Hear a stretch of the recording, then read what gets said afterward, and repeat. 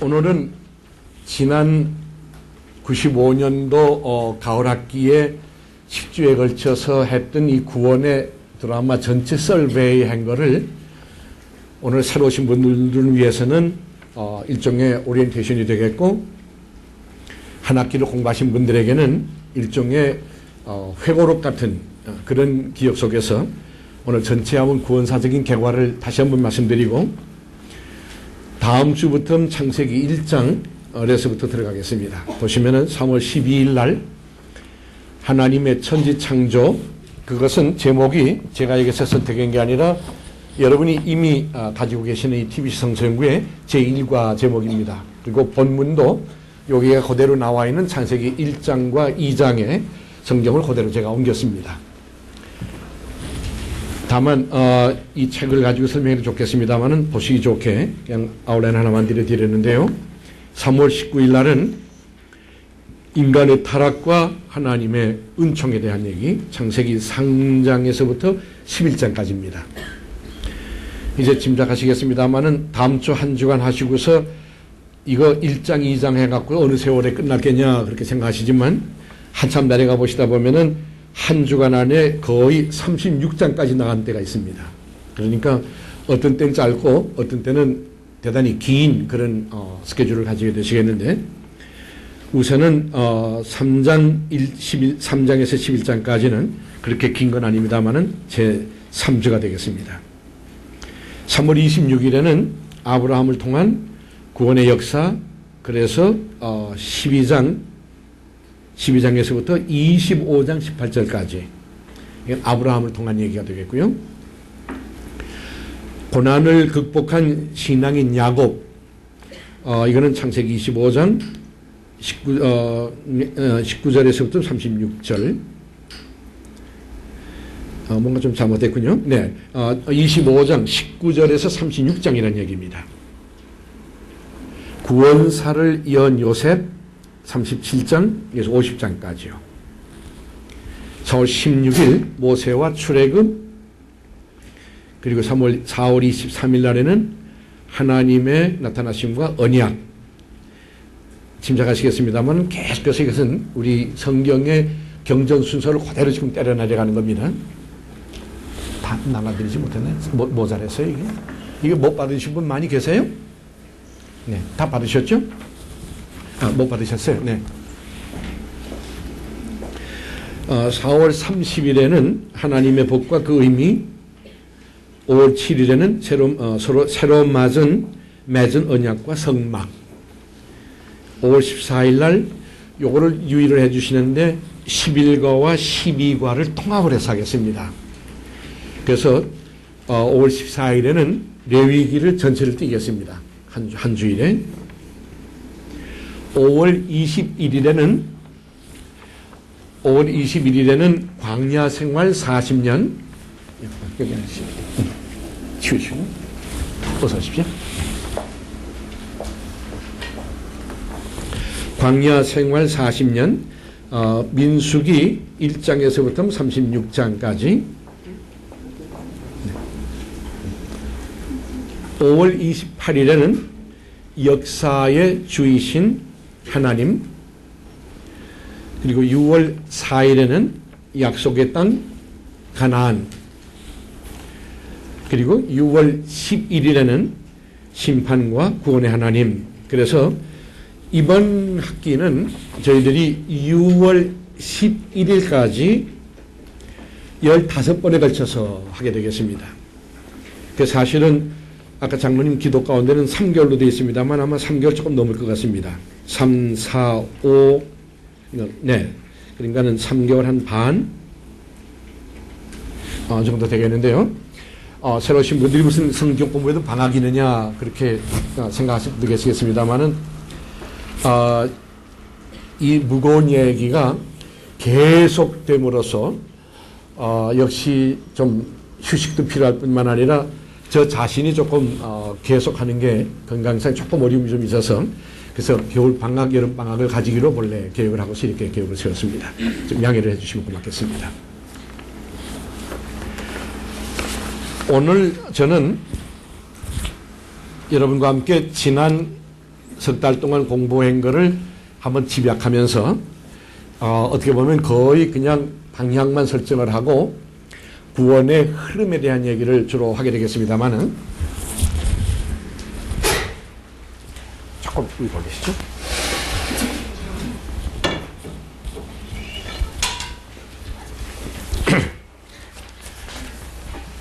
제가 말씀을 오늘 드리고자 하는 것은 이미 지난 학기에 공부하신 분들은 대략 다 많이 들으신 얘기지만서도 조금 반복을 하는 뜻에서 우리 성경을 공부하는 방법론에서부터 또 우리 TBC 공부라는 것이 어떤 성격을 가지는 것인지 그런 데 대한 얘기를 조금 이렇게 집약해서 성경의 구조까지를 전체로 한번 설명을 한번 해보겠습니다.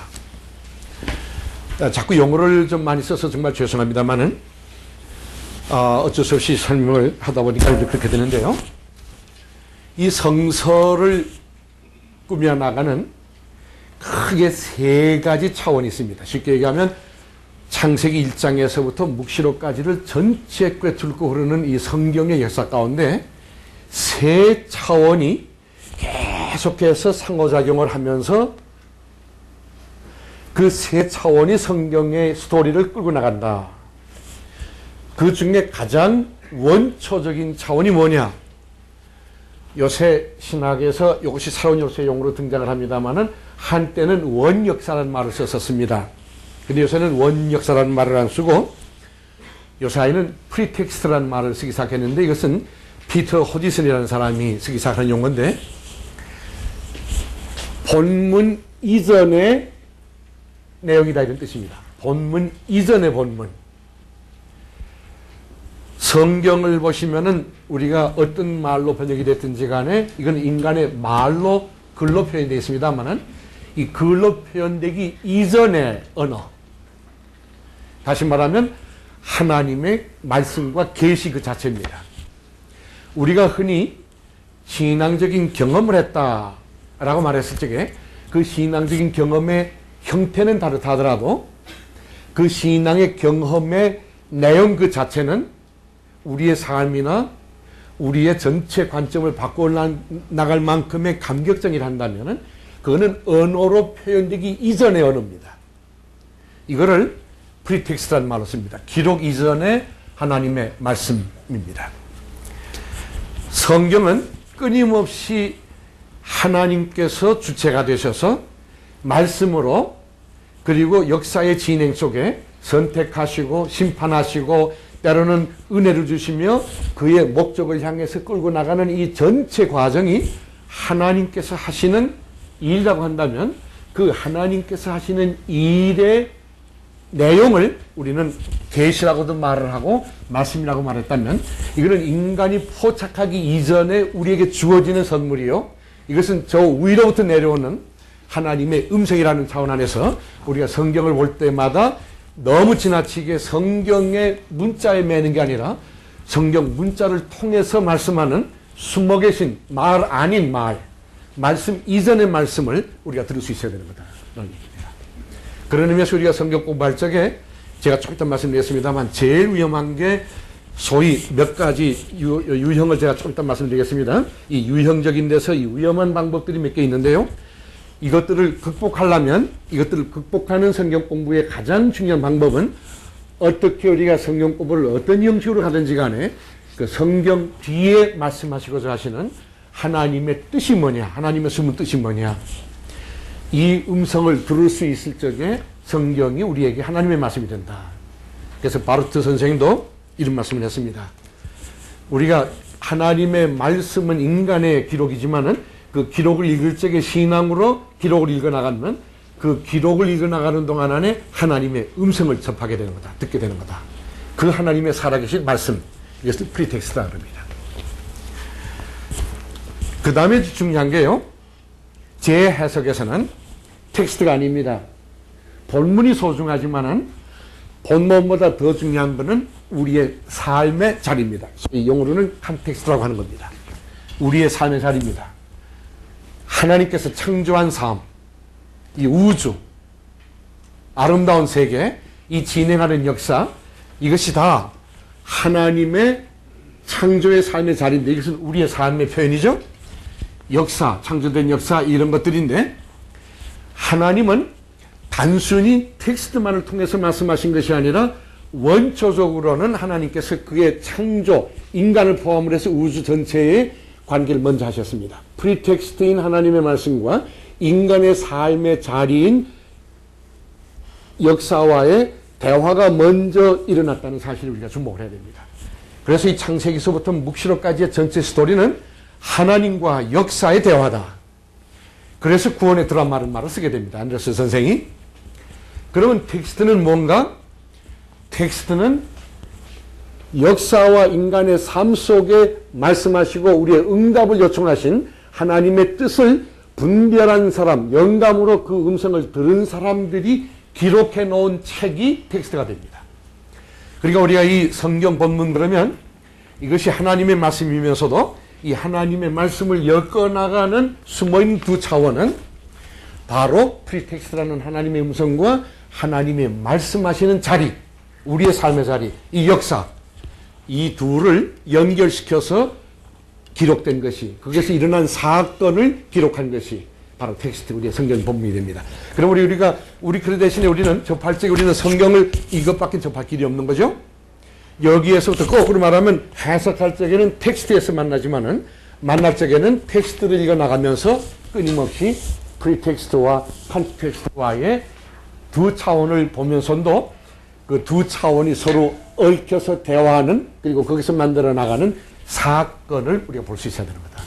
그리고 그 사건 속에서 말씀하시고자 하시는 하나님의 뜻을 분별할 수 있어야 되는 거다. 이것이 올바른, 적어도 제게 관한 올바른 성경을 접하는 방법이다. 이러한 대전제 밑에서 조금 볼까요? 우리는 흔히 네 가지의 유형의 성경 공부를 흔히 우리 주변에서 볼 수 있습니다. 이미 지난 학기에 말씀드린 겁니다만은 대략 우리가 문자주의적 접근이라 그러는데 길게 말씀드리지 않고, 이것은 주로 성경의 이 문자 그 자체가 1.1획도 틀림이 없다라고 말하는 흔히 문자 혹은 영감 축자설이라고 합니다. 이건 한 말씀 한 말씀이 하늘에서 뚝 떨어졌기 때문에 인간은 아무런 거기에 해석이나 인간의 요소는 들어가지 않았고 그대로 누군가가 지시하는 것을 딕테이트, 서기처럼 기록만 해놨다. 근데 그런 해석의 강점은 언제나 성경 본문에다가 중요한 의미를 부여하는 것은 장점이지만, 이러한 성경 해석은 항상 어떤 약점을 가지고 있나? 프리텍스트도 컨텍스트도 항상 잊어버립니다. 성경을 읽어나가면서 텍스트에 대한 것은 굉장히 소중히 여기면서도 그 텍스트 뒤에 말씀하자고 하는 하나님의 음성이나 인간의 삶의 문제, 역사 문제에 대해서는 이 문자주의적 접근은 해결을 주지 못합니다.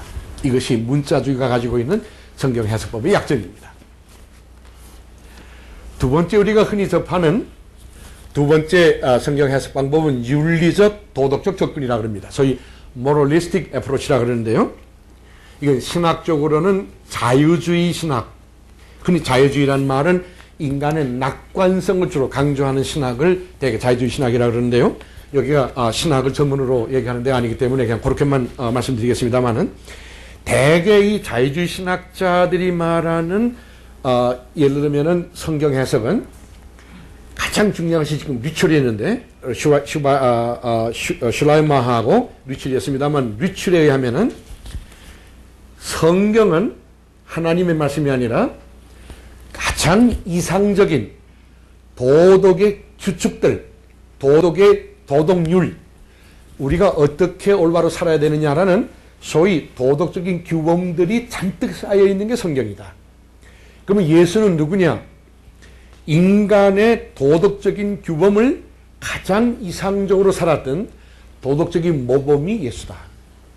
그러므로 우리는 모두가 예수님이 도덕적으로 깨끗하고 멋있게 사는 것처럼 예수를 모방해서 우리도 도덕적으로 잘 사는 것이 성경의 가장 기본적인 태도다.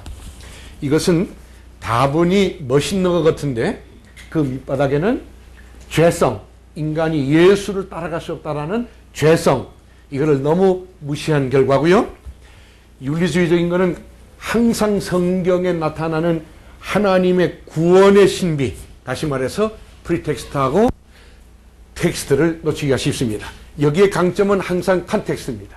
인간의 삶의 문제, 윤리의 문제를 들고 나오지만은 그러나 당장 이 윤리적인 도덕적인 접근의 약점은 프리텍스트하고 텍스트를 항상 외면하기가 쉽습니다. 이것도 바람직한 성경 공부 방법은 아닙니다. 세 번째 성경 공부 방법은 유비적 방법이라 그러는데요. 소위 allegorical interpretation이라 그럽니다. 여기 제일 매력적인 겁니다. 그런데 가장 위험한 겁니다. 계룡산의 교주가 되시려면 요거 하면 쉽습니다. 성경 가운데 나오는 한 대목만 딱 뽑아가지고 요게 곧 뭐뭐다. 그 성경이 담고 있는 프리텍스트나 그리고 그 성경이 담고 있는 역사적인 그 복잡한 얽힌 과정과의 텍스트와의 관계는 전혀 무시한 채 감남나무다, 나다. 박태선 장로가 했더니 바로 이제 그런 알레고리컬 방법이죠. 제가 지난 학기에 말씀드렸는지 모르겠습니다만은 조금 좀 이상한 얘기 하나 하겠습니다. 이게 대단히 위험한 얘기인데 그런 예를 하나 들겠는데요. 제가 그런 얘기 했는지 모르겠습니다만 했으면은 좀 반복하는 뜻에서 그냥 이해해 주시면 고맙겠습니다. 이북에서 피란을 내려오시던 어떤 성결교 목사님이 그러면 가족하고 갑자기 헤어지게 됐습니다. 그랬다가 다시 못 만날 것 같은 착각 때문에 이 양반이 저기 서해 바다에 도서에 사시다가요, 영 가족하고는 만날 것 같지 않으니까 기도 끝에 유혹을 안 받겠다고 도서의 어느 구석에서요, 기도 끝에 양반이 자기의 성기를 스스로 잘랐어요. 그래갖고는 이쪽으로 내려오셔서 굉장한 부흥 강사가 되셨습니다. 내가 알까지는 상당히 남쪽에 와서 좋은 부흥 강사가 됐었는데 약 15년 전, 내 20년 전에 그 이전부터 이 양반이 계룡산으로 들어가가지고 서서히 신비주의가 되기 시작했습니다. 그래가고는 성기를 자르셨다는 분이 어떻게 장가 간지 모르겠습니다만은 18살짜리 처녀하고 장가를 가고요. 그 다음에는 요한계시록에 나오는 어린 양, 그 어린 양이라고 하는 한 대목, 이게 지금 아직 제가 새로워서 어디다 끼울 줄 몰라가지고요. 이 어린 양이라고 하는 그 한 구절, 아시는들 그 어린 양의 상징적인 의미라는 것은 그 장차올 재림의 메시아를 상징했던 이 장로 요한의 일종의 유비였는데, 심볼이었는데, 그 밑바닥에 깔려있는 역사적이고 복잡한 해석은 다 무시한 채 어린 양이 곧 자기다. 그래가지고 면류관 하나 만들어가지고요, 교인 한 20명 놓고서 계룡산 어느 기도원에서 소위 어린 양 임관식을 한 겁니다. 물론 그 후에 다 흩어지고 말았습니다만은 이게 유비적 방법이 가지기 쉬운 가장 큰 위험성입니다. 지금 여러분이 흔히 유혹을 많이 접근을 당하는 여호와 증인 얘기하는 요한계시록이 13만 몇천 명이요. 그 상징도 14만 몇천 명이라는 걸 어떻게 해석하느냐. 전 세계에 흩어져 있는 여호와 증인의 지도자급 임원들이 14만 얼마인데 그 14만 얼마가 14만 얼마가 안내하시죠 이쪽으로. 14만 얼마가 장차 천당이 이 땅에 올 적에 여호와 증인 그 선택된 지도자만이 하늘로 올라가는 그 숫자다. 그래서 14만 그 예언되어진 예언계시록의 그 숫자가 자기네들의 선택되어진 지도자들만, 그 숫자하고 이렇게 연결시키는 겁니다. 이런 방법들이 다 여기서 나옵니다. 유비적 접근이요. 그러니까 이 유비적 접근은 설교를 하거나 성경 공부 때 굉장히 매력적입니다. 이상한 딱 포인트 하나 잡아갖고 막 해석을 해나가면요. 거기에 막 역사적인 연계는 하나도 관계되지 아니하고 이상한 데로 끌고 가는데 그렇게 되면은 금방 뭐 몇천 명 모이기 시작하고 헌금이 막 몇 억이 나오고 그러면 한 종교가 나오고 그게 교주가 되는 겁니다. 저도 나중에 은퇴하고서 할 거 없으면 좀 그거 하려고 생각을 하는데요. 요 역사 비판적 접근이요. 요거는 학문적인 접근인데 요거는 상당히 우리 전체에게 도움을 주는데 요것도 좀 문제가 있습니다. 이거는 주로 자유주의 신학들이 만들어낸 하나의 방법론인데 이 방법도 가느냐. 성경은 어느 시절에 어느 역사적인 배경에 누구에 의해서 언제 쓰여졌고 그때 쓰여졌던 시대적인 배경이 어땠느냐. 그것만 연구하는 방법인데요. 우리가 공부하는데 큰 도움을 주지만 이것만으로는 성경을 해석하는 데는 불충분합니다. 이 네 가지가 흔히 우리 주변에서 하는 이제 성경 공부 방법인데 가만히 보십시오. 문자주의는 텍스트를 강조한 나머지 프리텍스트와 칸텍스트를 잊어버리고요. 윤리적인 것은 칸텍스트는 강조하는데 언제나 프리텍스트하고 텍스트를 잊어버리고 유비적인 방법은 그나마 텍스트를 인용하긴 하는데 이거고 저거고 다 망각합니다. 역사 비판적 접근도 칸텍스트에 강조를 하지만서도 텍스트나 프리텍스트에 대해서는 상당히 외면하는. 그래서 언젠가 이 밸런스가 맞지 아니하는 이 3차원 중에 뭔가를 놓치는 이제 그런 약점들을 가지고 있다는 얘기입니다.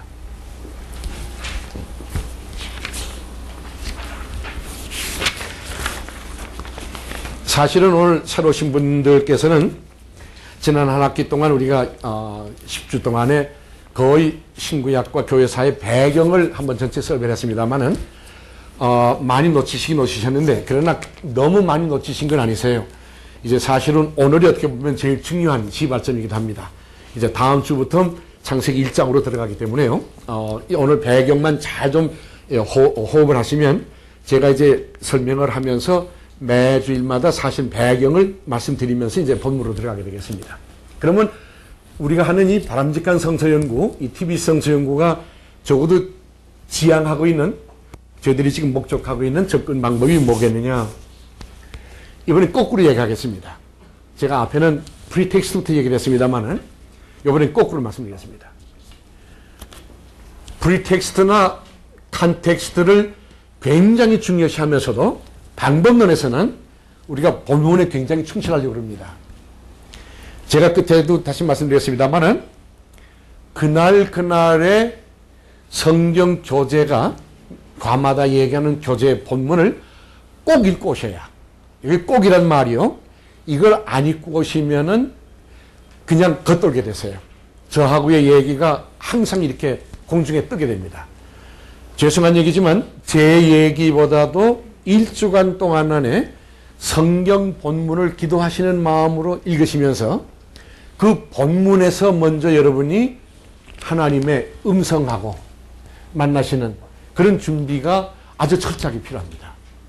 그래서 길든 짧든 간에 스케줄을 잘 만드셔서 오실 적에는 그날에 해당되어졌던 성경 본문은 꼭 읽고 오시기 바랍니다.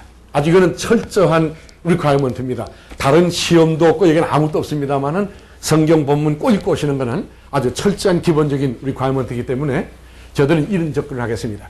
그래서 제가 해석도 상당 부분 1시간 한 40분 내지 45분 동안 강의를 하겠습니다만서도 언제나 이 텍스트에다가 먼저 충실한 해석을 먼저 하겠습니다. 그 본문이 뭘 말하는 거냐, 그 본문 그 자체에 대해서 굉장히 충실하게 먼저 설명을 하고 그 다음에요. 그래서 이번에 보시면은 이 성경 그 자체가 이 TBC 성서연구라는 이 교재 자체가요. 계속 보시면은 창세기 1장에서부터 쭉 내려갑니다. 내려가다 보면 한참 가다가 뒤로 좀 돌아왔다가 앞으로 갔다 하는 것도 좀 있습니다. 시간적으로 예를 들면은 이사야서 같은 거는요.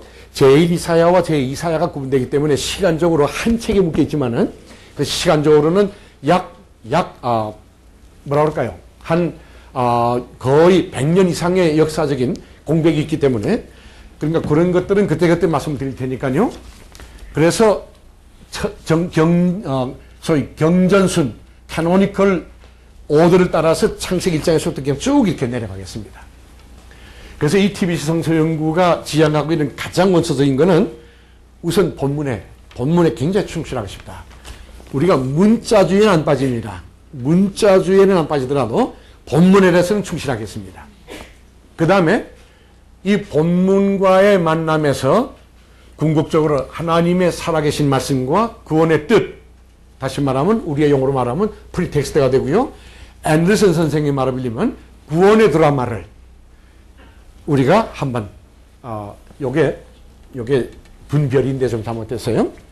프리텍스트와의 만남과 분열이 아니라 분별입니다. 그거를 본문을 읽어나가면서 하나님의 음성과 뜻이 무언가를 끊임없이 이거는 많은 경우에 신학적인 해석을 제가 좀 드리려고 생각을 합니다. 그 대신에 우리가 또 하나 중요한 거는 이 텍스트를 통해서 프리텍스트와의 상호작용을 하는 만남을 통해서 또 다른 하나 중요한 포인트요. 성서 안에 펼쳐지는 역사, 인간의 배신과 회개, 인간의 증언과 역사의 변화로 이어지는 우리의 삶의 자리, 다시 말하면 역사성, 우리가 지금 발을 딛고 사는 이 엄청난 문제 많은 역사지만 이 역사가 어떤 목적을 향해서 가고 있다라고 하는 그런 구체적인 역사 변혁에 대한 비전을 우리가 성경에서 보려고 생각합니다. 그러니까 쉽게 말씀드리면 TBC는 한 가지 방법이 아니고요. 본문에서 출발해서 본문에 대한 충실뿐 아니라 그곳에서 하나님의 뜻이 무언가를 해석을 하고 그것이 역사를, 우리의 삶과 역사를 어떻게 변화시키는 거냐. 그래서 텍스트, 프리텍스트, 컨텍스트 이런 수로 또 어떤 때는 거꾸로요. 텍스트에서 컨텍스트에서 프리텍스트로 또 어떤 때는 컨텍스트 시작해서 텍스트, 프리텍스트로 이렇게 해서 자유자재로 제가 매번마다 과때 이 세 차원을 되도록이면 연결시켜서 본문을 해석을 해보려고 생각을 합니다. 자, 이것이 성경이 구성되어진 기본적인 세 차원입니다. 창세기 1장에서부터 이 세 차원이 한 번도 서로 떼어진 일이 없습니다. 계속해서 이 세 차원은 얽혀서 하나님의 구원의 이야기가 전개된다. 그러면 그 세 차원이 얽혀져서 구약, 신약 전체의 66권에 전개되어지는 스토리의 내용이 뭐냐? 내가 어딘가가 5가지를 좀 미리 좀 써드려야 되는데요.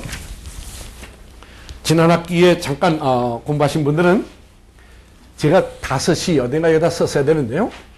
5시로 나갑니다. 그래서 제가 오늘은 요 전체 설교를 드리기 위해서 그냥 이 5시를 말씀드리는 거고 해석을 드릴 적에는 계속해서 요 얘기는 안 합니다. 그러니까 오늘 이 구약이 세 차원이 어떻게 66권이라고 하는 전체 구원의 이야기 가운데서 5가지 주제로 나왔느냐. 맨 첫째 주제가 크리에이션, 창조 이야기입니다. 그래서 이 구약과 신약의 통틀어서 이 창조 이야기는 5시가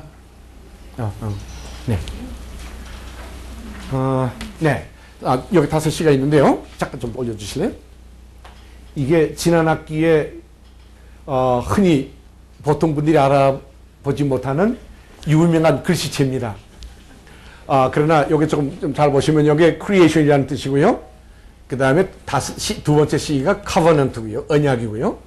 그 다음에 크라이스트고 처치고 완성을 컨수메이션 완성이다 이렇게 말합니다. 그래서 여기 5시 이거는 제 얘기가 아니고 랜더슨 밀러 같은 사람 앤더슨 선생이 구약 66권을 이 3가지 차원이 엮어나가는 스토리의 제목이다. 그래서 이것이 커다란 66권의 대사건입니다. 프리텍스트와 본문과 역사, 컨텍스트가 성경의 3차원이라면 이 3차원은 수직적인 겁니다. 항상 수직적인데 반해서 그러면 그 수직적인 것이 3개가 엮어나가는 이 수평적인 역사의 지평이 어떤 거냐? 이 5가지입니다.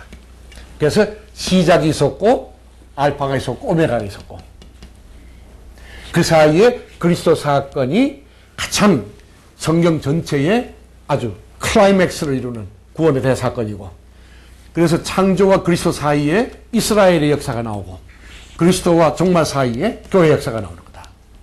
이것이 대략 구약 66권을 5주제로 나누는 소위 지평적인, 역사의 지평적인 구분이라고 이렇게 보셔도 좋습니다.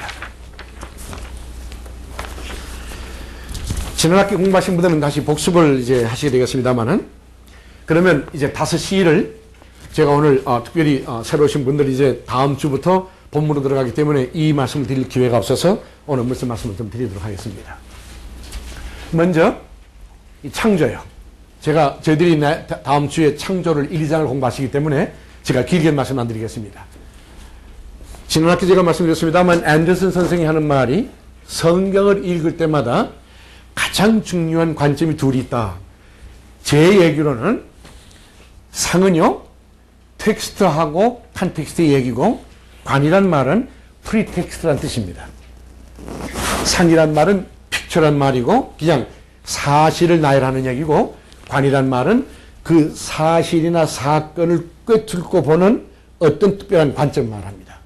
성경은 이 2가지가 반드시 있어요. 그냥 픽처, 스토리만 가지고서는 성경이 아무 의미가 없고요. 그 스토리 속에 숨어있는 뜻이 뭐냐, 그 뜻을 해석하고 받아들이는 것은 언제나 관점이 됩니다. 자, 다음 시간에 제가 자세히 들어가기 때문에 그냥 말씀 안 드리겠습니다만은, 예를 들어서 창조 이야기가 이 전체 우리 구원의 드라마의 첫째에 있었다면 그게 상은 이거죠. 6일 동안 창조하셨다. 다음 시간에 공부합니다. 인간을 창조하셨다. 근데 이 1장하고 2장도 보시면은 1장에서는 인간을 맨 마지막에 창조하고요. 2장을 보시면 또 하나님께서 창조를 인간을 먼저 하셨습니다. 이런 그 버전도 좀 다릅니다만 어떻든 인간 창조하시고, 천국 독재 아담과 해와 얘기요. 그 다음에 선악과 먹고서 때 배신한 얘기, 추방을 당하고 신라가는 얘기. 이것이 소위 말하는 창조의 원형의 모습인데, 그 원형의 모습 가운데서 다음 시간에 제가 좀 더 자세히 더 말씀드립니다. 그러면 그 속에 담겨있는 관이 뭐냐, 프리텍스트가 뭐냐, 알파다. 이거는 모든 우주의 시작이라는 뜻이다. 제가 다음 시간에 좀 장황하게, 저는 과학자가 아닙니다만은 이 진화와 창조에 대한 말하자면 이 역학관계를 좀 설명을 드리겠습니다만서도, 잠깐 제가 거기 지금 창조과학계에 계신 연세대학의 교수님이 비디오를 찍은 게 한 10분짜리가 있는데요. 그걸 잠깐 보여드리고, 그래서 이 진화와 알파 사이의 차이가 뭐냐, 그 설명을 좀 드리겠습니다. 창조는 어떤 의미에서든지 간에 진화가 아니고, 진화를 거부하는 신앙이 창조신앙이다. 하나님이 말씀으로 우주를 창조하셨지, 진화가 일어나서 우주가 생성된 것은 아니지 않느냐. 여기에 기본적인 세계관이 뭐나, 진화론이라는 것은 무신론적인 세계관을 말하는 거고요. 창조관을 말할 적에는 그건 하나님이 우주를 말씀으로 창조하셨다라는 바로 하나님의 주체성이 전제되어지는 세계관을 우리가 창조관이라는 말을 합니다. 이 알파란 말은 이제 그런 뜻인데요. 요거는 그 다음에는 그렇기 때문에 우리가 이 창조에 관해 있어서는 창조는 곧 하나님이 계셔서 창조를 그의 말씀으로 하신 거다.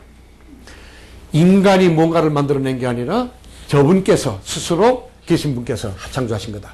그래서 우리 창조신학에 있어서 관은 하나님은 창조의 하나님이시다.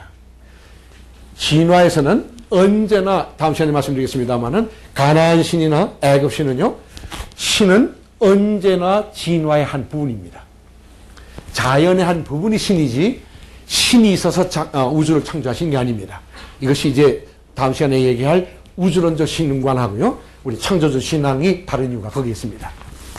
그러면 창조에 관해 있어서 피조물은 뭐냐? 세계와 인간인데, 이것은 항상 하나님이 창조하셨기 때문에 아름다웠던 거다.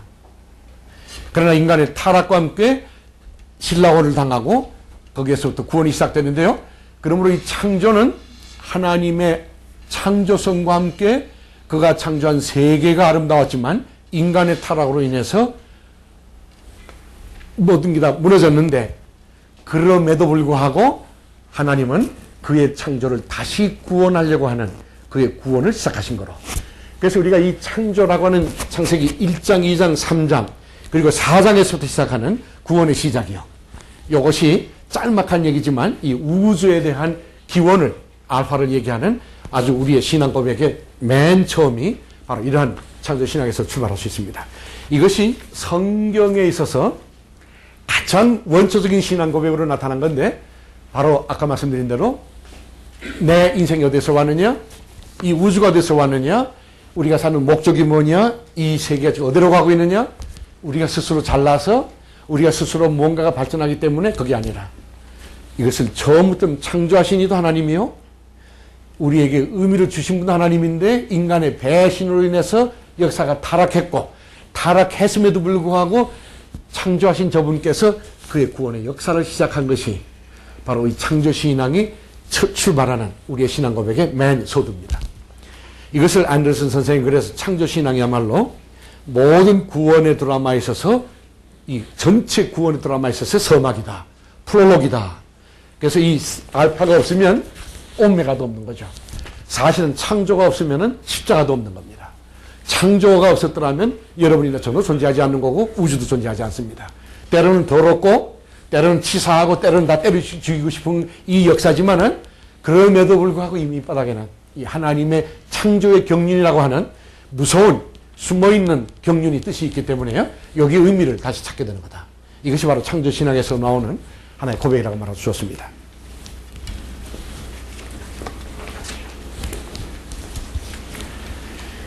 이제 구원의 드라마의 두 번째는요.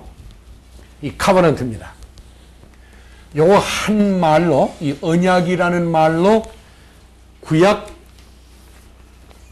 39권을 거의 다 집약해도 과언이었다. 이건 아이크로이 같은 사람들이 얘기하는 겁니다만은 구약 신학자가 요새는 조금 한물 간 사람인데도 구약 전체를 하나로 묶는 하나의 신앙적인 개념이 있다면 뭘까? 그거는 언약이다.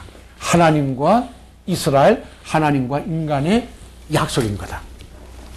제가 이 언약을 설명드리기 전에 제가 결혼 주례를 좀 요새는 자주 안 합니다만은 결혼 주례를 할 때 꼭 하는 말 하나가 있습니다. 신혼부부에게 이 contract란 말하고 이 covenant라는 말의 차이점을 제가 들고 제가 얘기를 하는데요. 우리가 흔히 contract라고 하면 계약이라는 말을 쓰죠. 집주인하고 건축주하고 건축하는 사람하고 계약을 하게 됩니다. 이런 조건으로 집을 세워주면 얼마를 낸다. 이제 근데 계약이 위반되면 이제 문제가 생기는 거죠. 이 contract라고 하는 개념은 언제나 거기에 가장 기본적인 조건이 하나의 상거래 내지는 give and take의 조건이 붙게 됩니다. 이 contract의 모든 인간관계라든지 모든 말하자면 관계라는 것은 언제나 그 안에 조건이 달려있게 되는 거다. 내가 영원만큼 주면 내가 얼마나 날 주겠느냐. 이런 따위의 조건이 붙기 때문에요. 이 contract라는 거는 항상 피곤한 거고 항상 거기에는 이해타산이 개입되게 돼 있고 그것 가지고서는 소위 치유적인 차원이 있을 수가 없게 됩니다. 컨트랙트 가지고는 치유 차원이 없게 됩니다. 결혼이 컨트랙트로 전락하면 항상 결혼이 깨질 수밖에 없는 게 오늘 신문 보니까는 무슨 뭐요? 함 때문에 신혼부부가 싸움이 나가지고서 신부가 떨어서 죽었던가요? 정말 참 기가 막힌 얘기인데요. 이게 결국은 지금 결혼이라고 하는 가장 소중한 인간관계의 뭐라 그럴까요? 그 인간과의 초월적인 차원은 지금 다 망각한 채 뭔만이 왔다 갔다 하는 거냐? 함이 얼마 왔느냐? 무슨 그러면 맨 이런 거로. 그러니까 계산으로 요새 더군다나 이런 것들이 좀 심하게 아마 더 많이 발전하는 모양인데요. 그거는 항상 인간관계를 파괴로 몰고 가는 게 컨트랙트입니다. 그러면 거기에 대비하는 성서에 나타난 구약의 개념이 뭐냐? 이 카버넌트 개념인데요. 이 카버넌트요. 카버넌트는 한마디로 말하면 내가 좀 이따 설명드리겠습니다만은 이스라엘과 하나님 사이의 약속인데 나는 내 하나님이 되고 나는 내 하나님이 되고 너는 내 백성이 된다. 그러면 그 카버넌트라고는 이 언약의 기본적인 개념은 관계. 나는 내 하나님이 되고 너는 나는 너의 하나님이 되고 너는 내 백성이 된다.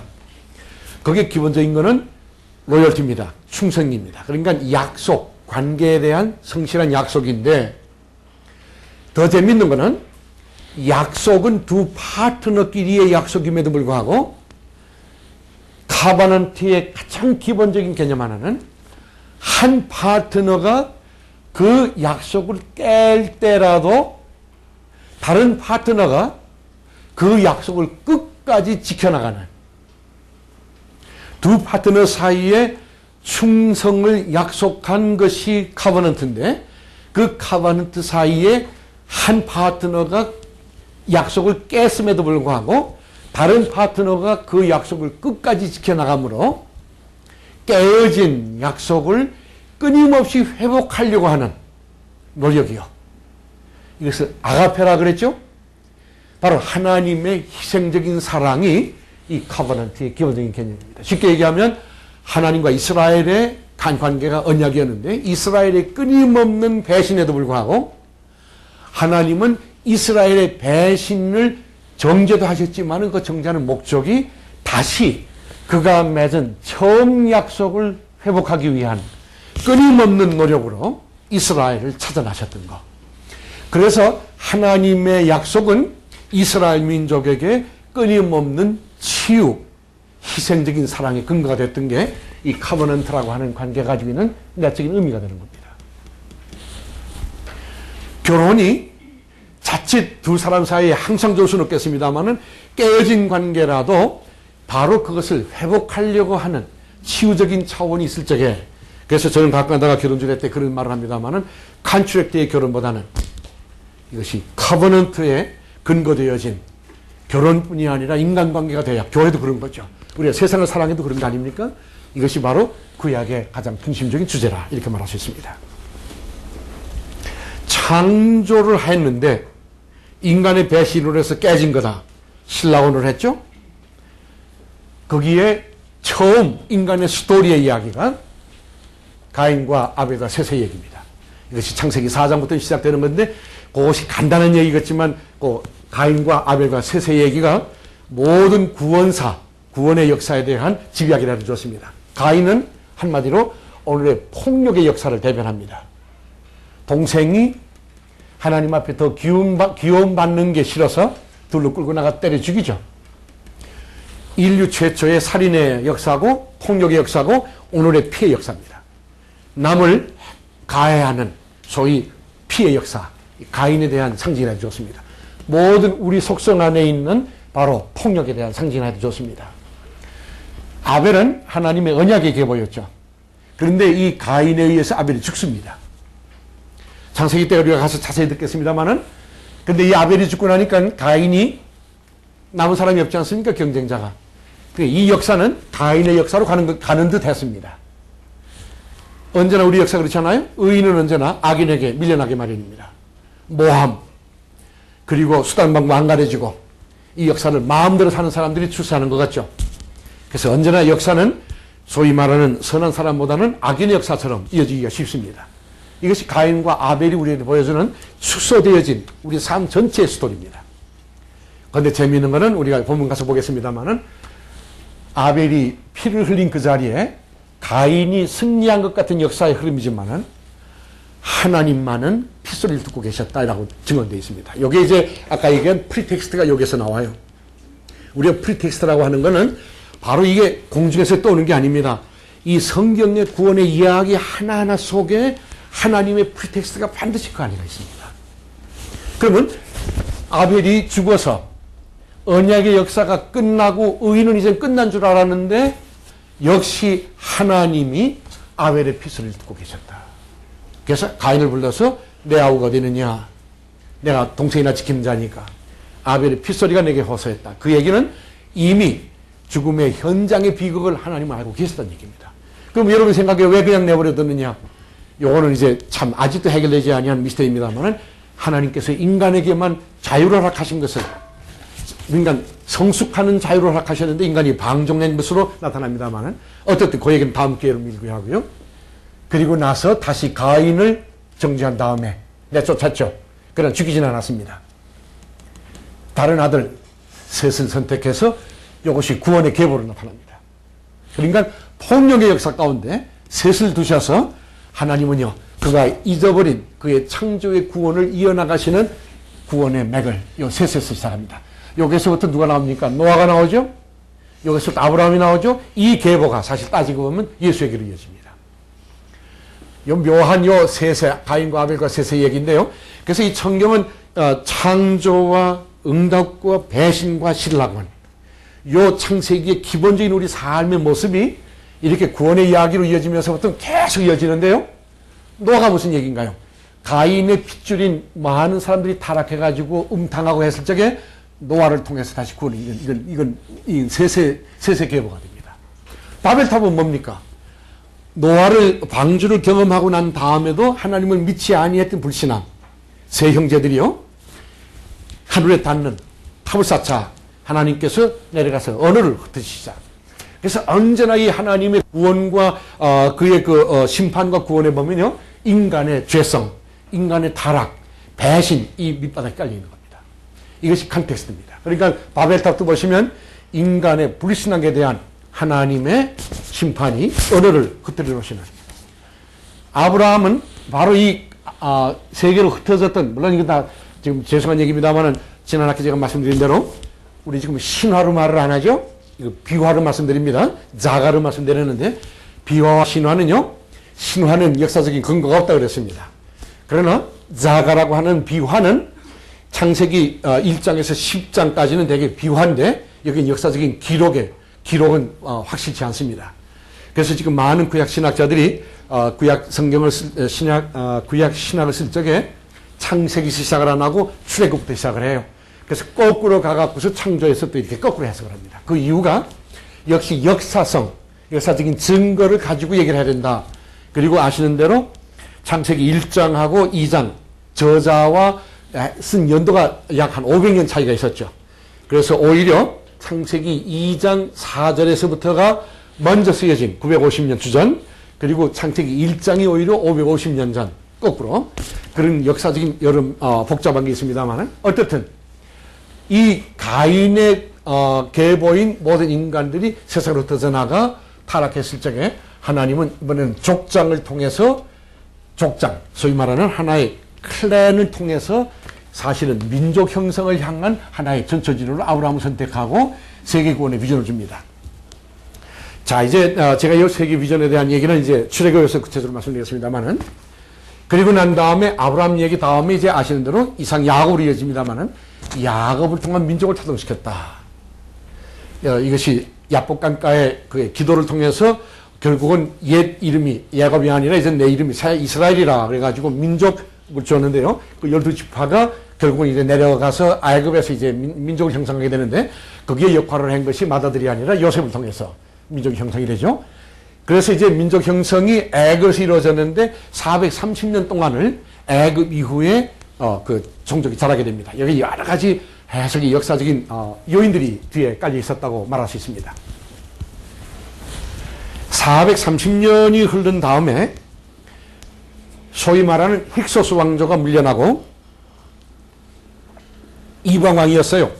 아시아 마이너의 왕이 요셉 당시의 왕이었는데, 그래서 이제 요셉을 총리 대신으로 삼았던 이유도 이제 그런 거였는데, 그것이 지나면서 이제 애굽 사람이 왕이 되면서 이방 왕들을 내쫓았습니다. 그리고는 애굽의 바로 왕조가 들어서면서 이스라엘을 이거를 그냥 내버려뒀다 큰일 나니까 학대하기 시작한 게 출애굽기에서 이제 나타나는 1, 2, 3장에 나타나는 건데요. 그때의 너무 지독한 그 박해 때문에 이스라엘 민족이 그 하늘을 향해서 부르짖는 소리가 너무 말하자면 심한 그런 부르짖음 때문에 출애굽기 2장 마지막 절을 보시면은 모세를 선택하기 전에 하나님께서 이스라엘의 부르짖음의 소리를 들은 걸로 되어 있습니다.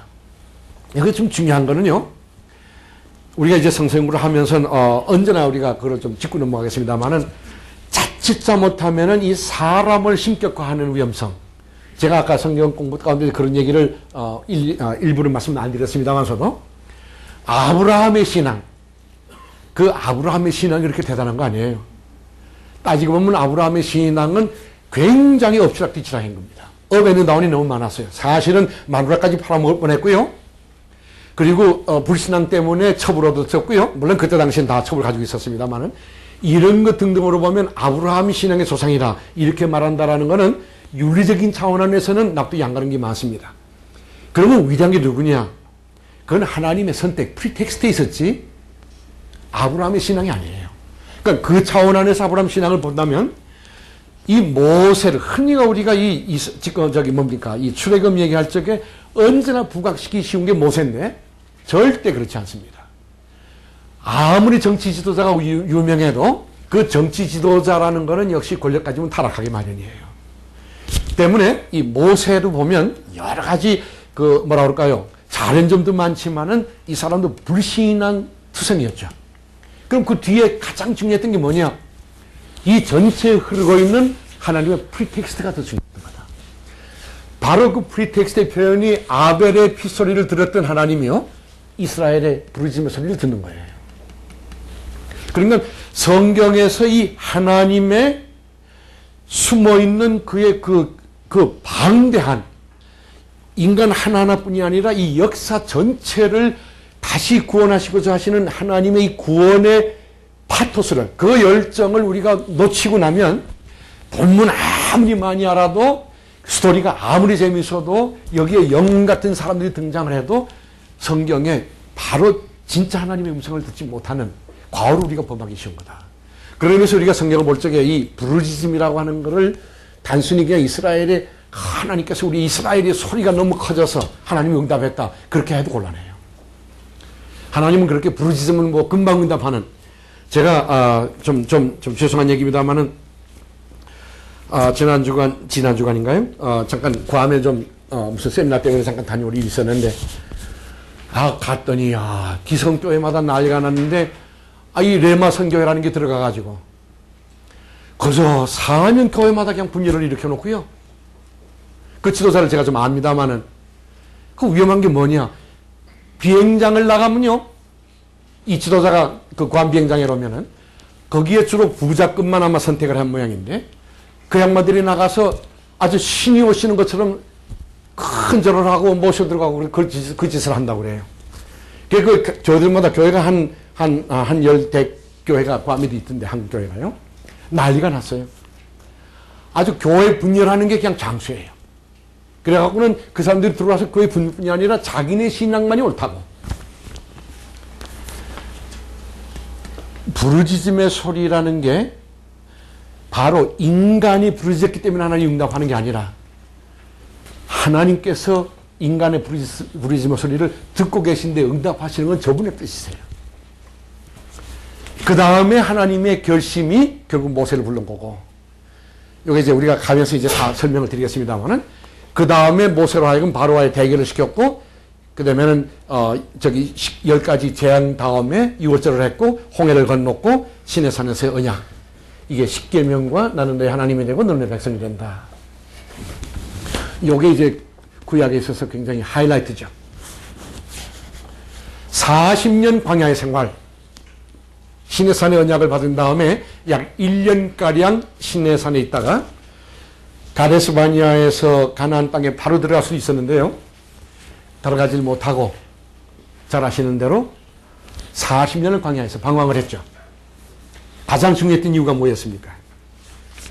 가장 중요했던 이유는 12명 정탐꾼을 가나안에 보냈는데 40일 동안 정탐을 하고 돌아왔더니 이스라엘 민족이 그 12사람의 각각 다른 보고에, 그만 10명의 보고에 대해서 지나치게 민감한 반응을 보인 나머지 이스라엘 민족이 몽땅 천막 속에서 울었다 이렇게 됐습니다.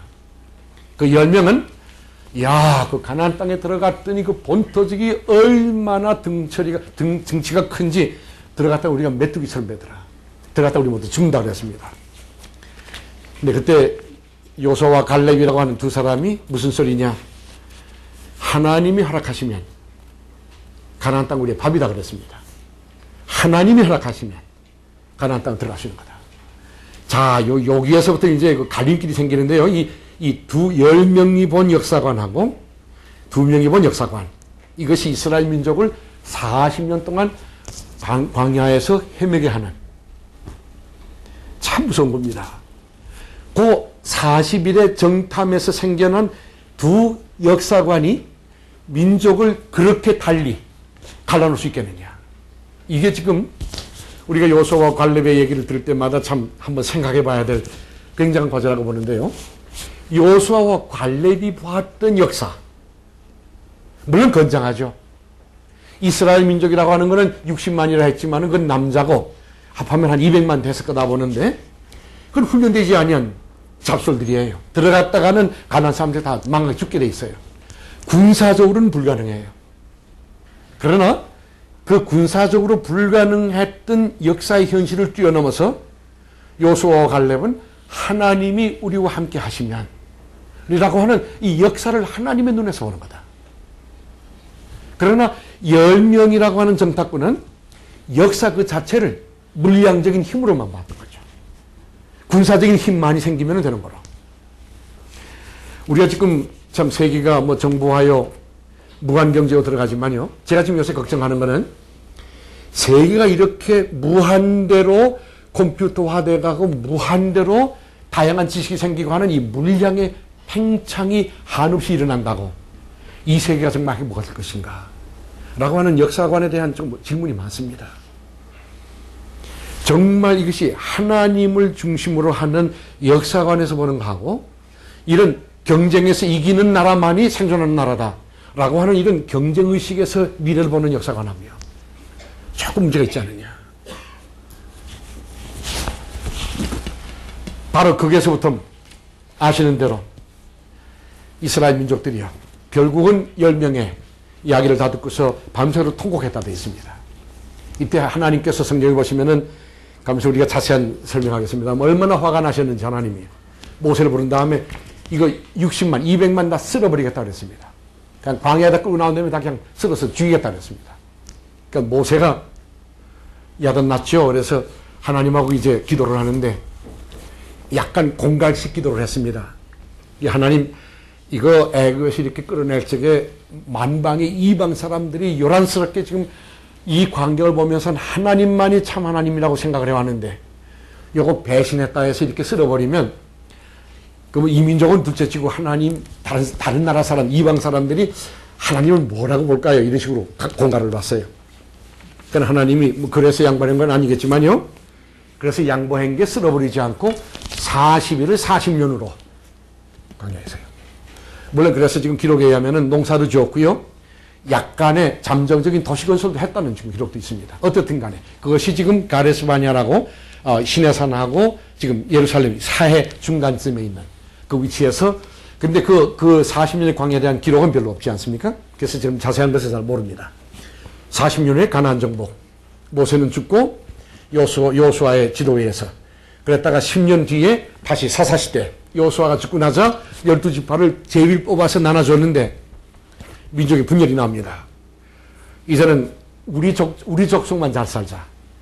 그래서 이방의 침략을 받는데도 약 300년 남짓 350년 지금 시간을 제가 기억 못합니다만은 어떻든 사사시대의 민족의 분열의 시대가 났는데 이때가 자칫 잘못하면 이스라엘의 멸종할 위기였습니다. 왜냐하면 이스라엘 민족이 가나안 땅을 쳐서 들어가는데 다 죽이질 못하고요. 산속으로 나간 거예요. 가나안 사람들이 그러면 겨우 이스라엘 사람이 점령했다라는 것은 평야 지역. 그러니까 이 사람들이 분열이 되고 나니까 사면에서 가나안뿐이 아니라 에돔이요 아몬이요 막 그냥 쳐들어왔습니다. 그래서 겨우 명맥을 유지한 게 사사로 번역이 되었음이라는 영어로는 저지요. 사실은 한 지파 안에 재판관 하나를 세워서 그 사람이 지도자가 된 겁니다. 그 사람들을 통해서 결국은 350년 동안 연명을 한 겁니다. 이때 대표적인 것이 기드온이고 삼손이고 뭐 이렇게 됩니다. 어떻든 요게 보세요. 그러니까 이 구원의 드라마를 보시면 하나님이 구원을 하시는데 와장창 안 하세요. 한꺼번에 드라마틱하게 뭐 천지개벽이 일어나갖고 그렇게 안 하세요. 언제나 하나님은 세상의 역사에 밀리는 것 같은, 그래서 항상 마지막까지 악의 세력, 평력의 세력이 이는 것 같은 그러다가 마지막 단계에 가서 하나님께서 그걸 트위스트해요. 언제나 역사는 그렇게 진행이 됩니다. 그러니까 신앙을, 성서적인 신앙을 가진다는 게 참 힘입니다. 이 악한 놈의 세상 머리 뚝 내려와갖고서 그냥 악한 놈 다 그냥 다 때려부시고서 선한 사람만 천당 데려가면 좋겠는데 하나님의 역사는 그렇게 일어나세요. 그게 지금 역사에 사실은 묘미가 있고 미스터리가 있는 겁니다. 가나안 정복 다음에 사사시대예요. 마지막 숨이 할딱할딱 할 적에 통일왕국이 이루어지죠.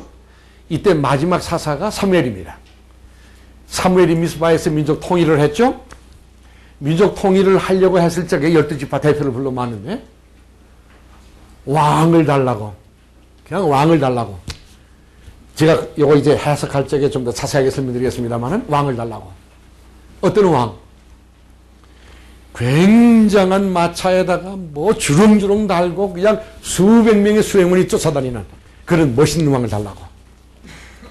그 지구라트라고 하는 옛날 고대 마케도니아의 신화가 지상에 내려온 소위 저정왕국 시대의 왕인데요. 대개 동양왕이나 그때 당시에 이방 왕들은요, 신이, 하늘에 있는 신이 인카넷된, 소위 말하는 화신이 되어진 그런 신이라고 봤기 때문에 그런 절대권이었습니다. 그런 왕을 달라고.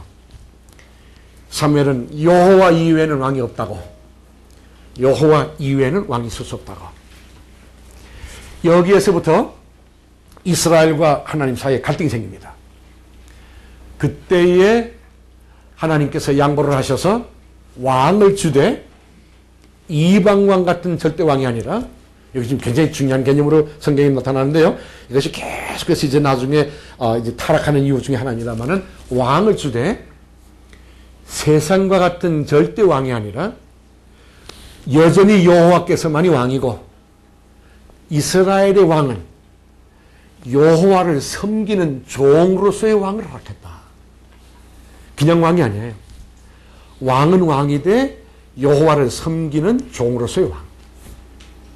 그의 권력은 행사하는 권력이 아니라 하나님의 뜻을 이 땅에 펼치는 그런 왕. 그것이 사울이었고 다윗이었고 솔로몬이었는데 이 셋이 다 실패했어요. 그래서 사울은 불행하게 죽었고요. 다윗은 죽을 뻔했다가 겨우 회개하는 바람에 살아났고요. 솔로몬은 성전 짓고 다 하고 난 다음에도 마지막에 하나님의 영이 떠난 걸로 되어 있습니다. 제가 아까 말씀드렸습니다만 참 권력이라는 게 묘한 모양입니다. 사울도 다윗도 솔로몬도 그 위대한 왕이었지만은 하나님을 섬겨야 되는 종으로서의 왕이었는데 그 왕의 권력을 마음대로 행사하는, 하나님의 권력을 대신하는 권력으로 전환했을 적에요, 하나님은 우상화되어진 권력을 치십니다. 우상화되어진 모든 권력은 하나님이 치신다. 참 묘한 얘기죠. 이거는 어느 정치 세계나 마찬가지입니다.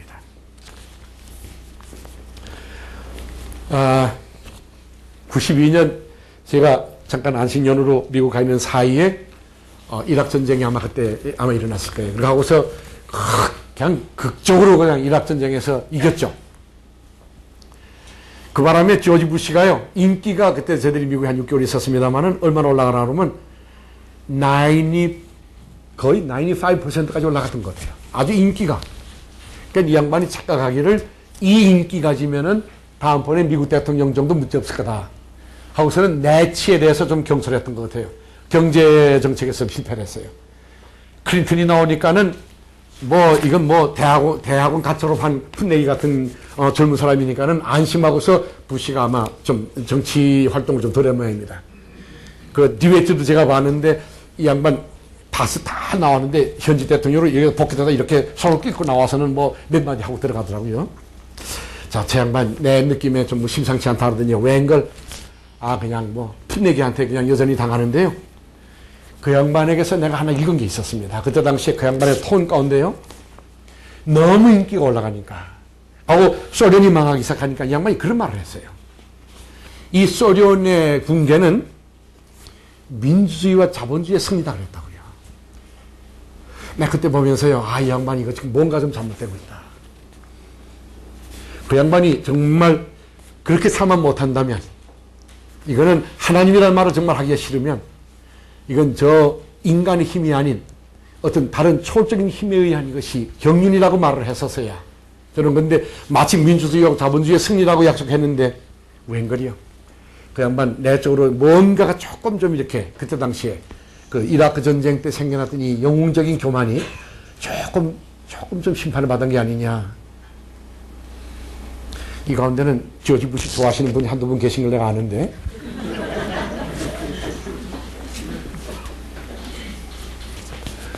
그거는 제가 한 대통령을 주로 말하려는 게 아니고 우리 모든 이 땅의 권력에 대한 얘기입니다.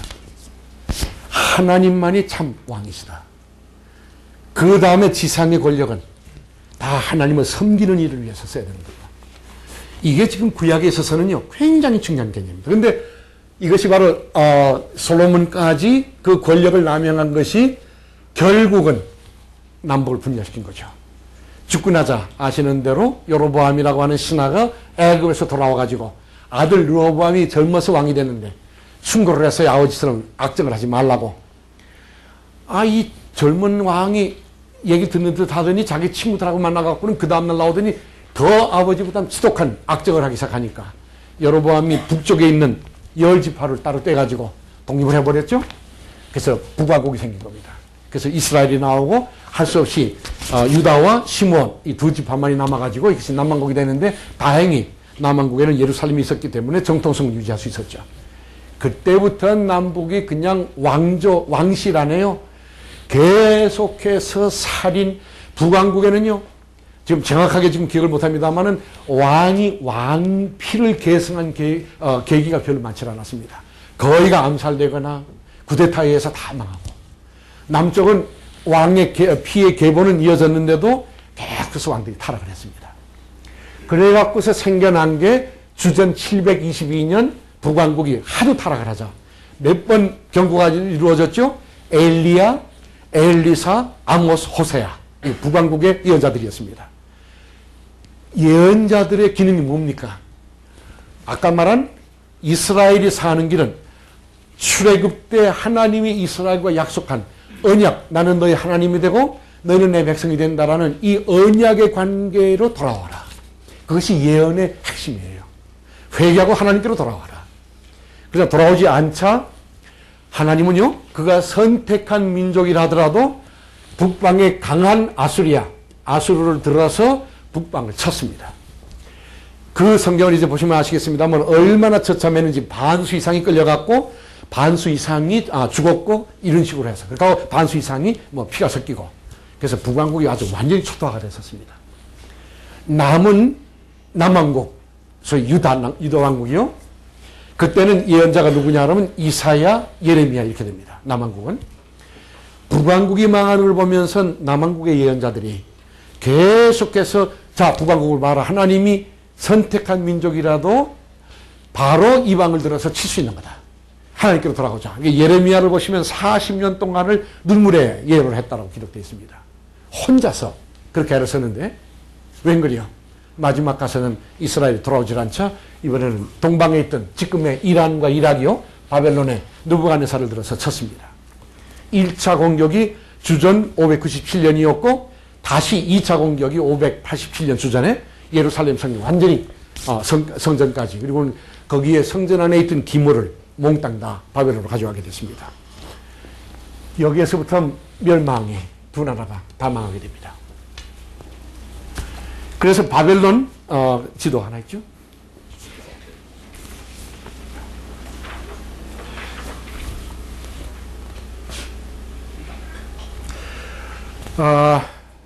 좀 더 올리세요. 더 바짝 더 올리시고. 이것이 애굽이고, 좀 더 올려야 되겠네요. 예, 됐습니다. 결국은 여기가 예루살렘이고, 여기 팔레스타인인데요. 이것이 지금, 이것이 시내산이고, 여기에서 결국은 이리로 끌려나가서 유브라테스 강가, 여기 유브라테스입니다. 여기 유브라테스 강가. 이때 당시 이것이 바벨론이었습니다. 아수르가 이쪽이고, 바벨론 강가에 한 지금의 페르시안만, 지금이 이락이고, 이란이고, 이쪽이 사우디인데요. 이쪽 어디에 바벨로니아 가까운 도시 안에 독립 영역을 줘갖고서 정대 생활, 유배 생활을 시켰습니다. 제가 이 장면에 가서 지난 학기에도 조금 자세하게 말씀드렸습니다만은 이것이 대단히 극적인 장면입니다.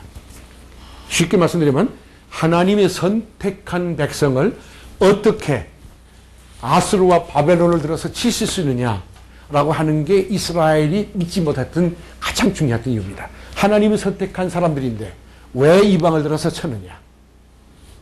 그걸 이해를 못했다가 여기에 와서 유배 생활을 하는 동안 안에 여기에만 하나님이 계신 줄 알고 성전으로만 중심이 됐던 이스라엘 민족이 여기에 와서 사는 동안 안에 하나님은 여기에도 계시거든요. 그래서 이 지역주의에서부터 우주주의로 넘어가는 계기가 여기서 시작이 되고 여기에서 드렸던 성전은 무너졌지만 여기에서부터 하나님을 경배하는 회당이라는 게 나오기 시작했습니다. 저희 시나고가 여기서 나와가지고 여기에서부터 그 다음에 49년 동안 유배 생활을 했는데 그때 당시에 하나님은 예루살렘에만 계신 게 아니라 바로 우주 전체에 계신다.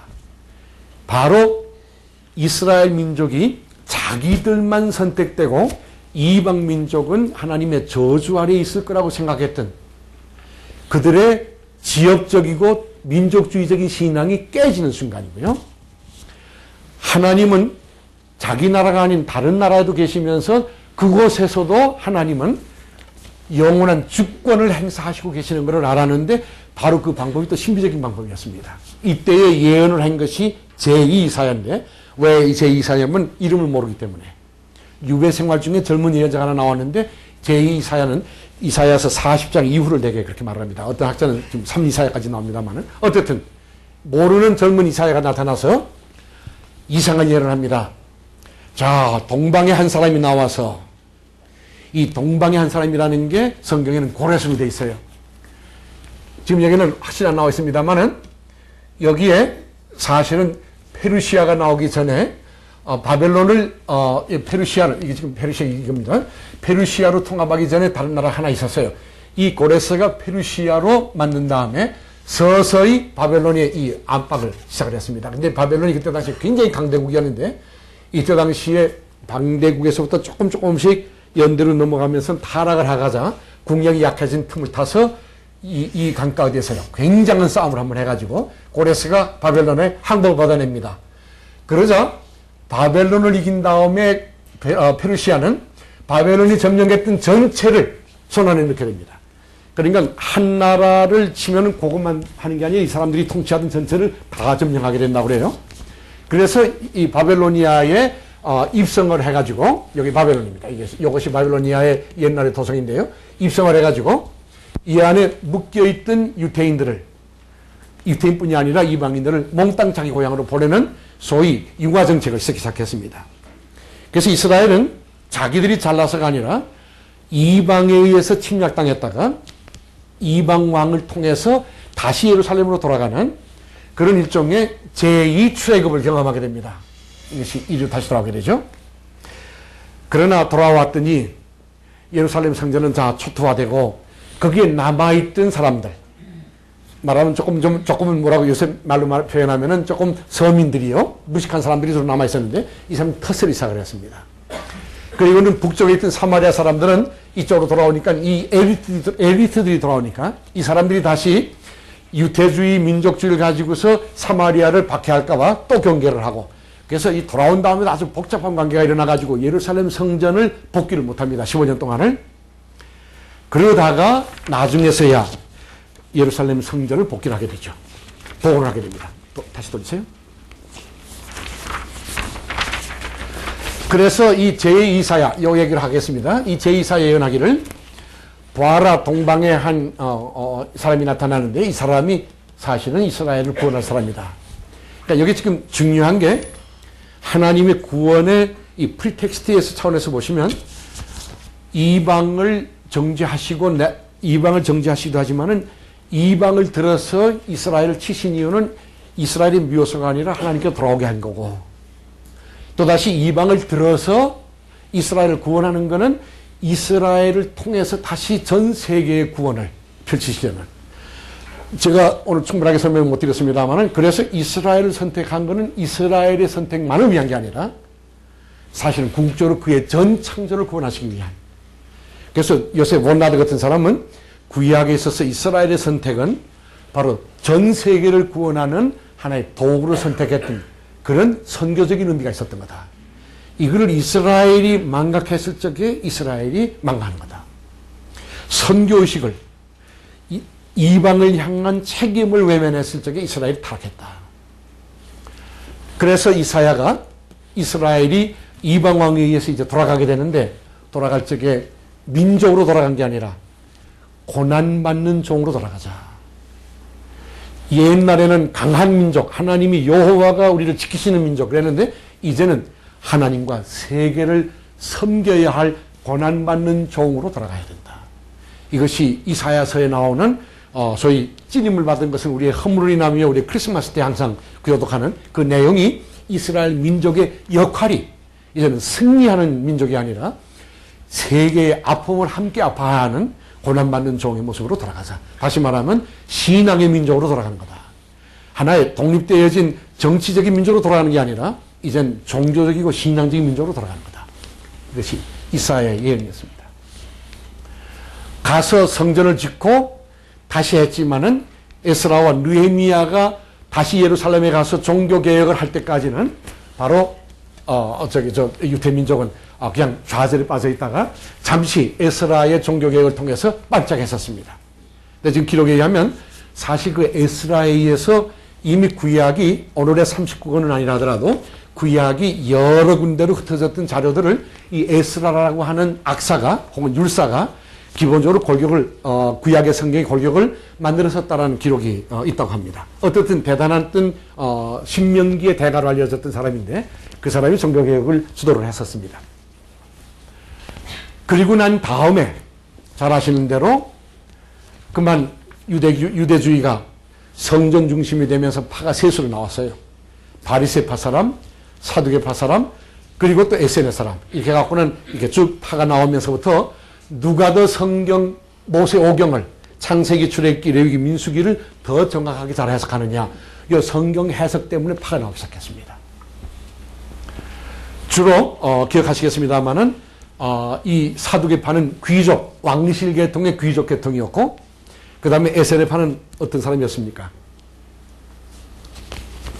3개월 지나시고 났더니 좀 이렇게 살짝 까잡수였죠? 그렇게 해야 제가 밥벌어 먹고 사는 겁니다. 여러분이 다 기억하시면은 안 되세요. 제가 자꾸 잊어버리셔야 제가 자꾸. 이거 에세네는 항상 도피적인, 그러니까 쿰란의 전신인데, 그러니까 세상을 저주하고 우리는 세상으로 들어가서 이 오고 있는 하나님 나라를 기다리자. 그랬던 도피적인 것이 에세네고요. 그리고 바리새파 사람은 약간 중간적인 회당을 중심으로 했던 일종의 서기관하고 맥을 같이 하는 이제 그런 중도파였습니다.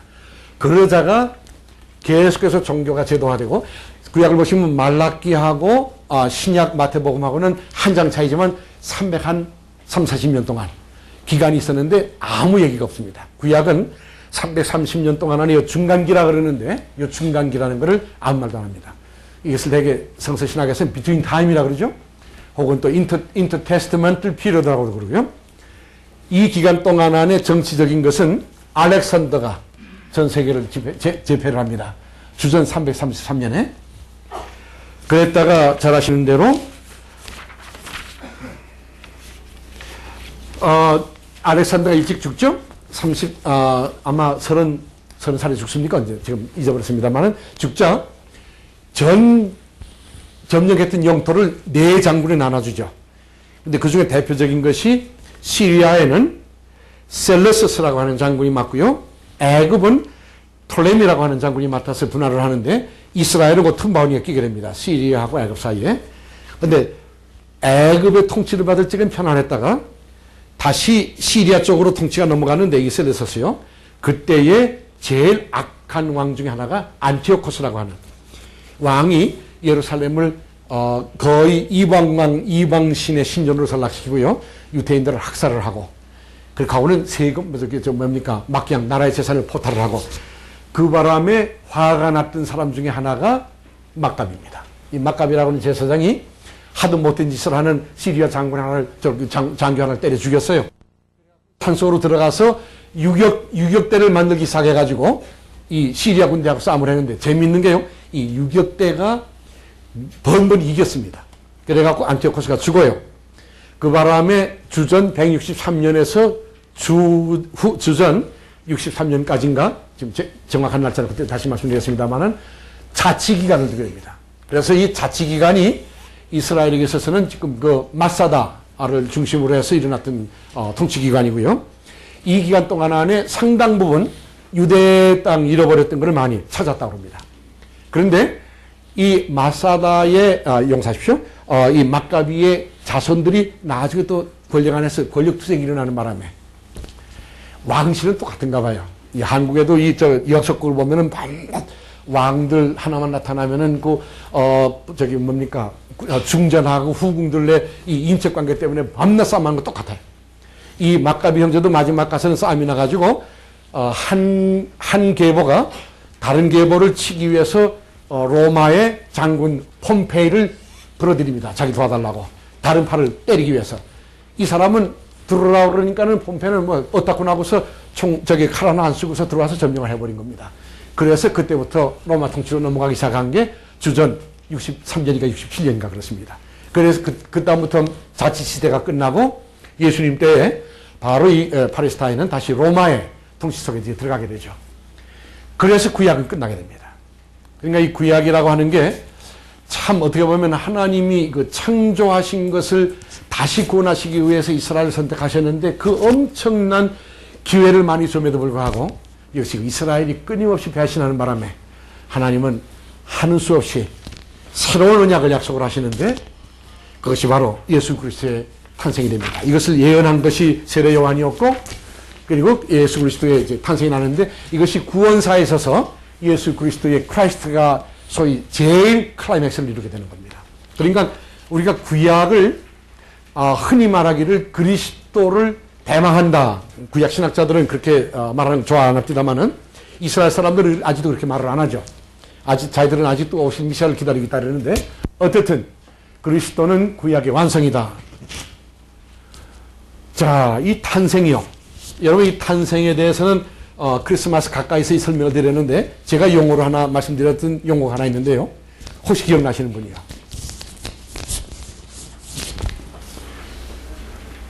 제가 용어로 한번 이상한 영어로 한번 쓴 일이 있었습니다. hope against hope요. 네. 제가 그때 몇 번 강조를 좀 드렸었습니다. 이 hope against hope라고 하는 이 쫄막한 새 언어가 왜 hope against hope냐? 팔레스타인 사람들은 700년 가까이 아수르, 바벨론, 페르시아, 그리스, 그리고는 시리아, 심지어는 로마 700년 동안을 나라 없이 사는 그런 그 찌달린 생활 속에서 오실 메시아가 누구냐? 천군천사와 함께 칼 들고서 와서 로마 병자 탁탁탁 쳐 죽일 그런 군사를 기다렸던 게 이스라엘 팔레스타인 사람들의 소망이었습니다. 사실은 정치적 소망은 그거였어요. 오실 메시아는 그런 강한 군사적인. 그런데 예언이 이루어졌다고 했는데 오신 이는 누구냐? 베들레헴의 말구유에 태어난 가장 무기력한 아기였다. 그런데 이 호프는 하나님의 호프예요. 인간의 호프는 아니었어요. 그래서 크리스마스야말로 호프 어게인스트 호프예요. 하나님의 호프는 인간의 호프하고 상반되는 거예요. 거기서부터 이 크리스마스의 역설이 시작됩니다. 예수는 이 세상에 오면서부터 인간에게 군사적인 방법으로 오시지 않았습니다. 고난받는 종의 모습으로 처음부터 오신 거다. 오셔서 하나님 나라를 말씀하시고 세례를 받으시고 시험 받으시고 다 공생의 가운데 산산수훈을 말씀하시고 제자를 부르시고 치유라고 기적을 했다.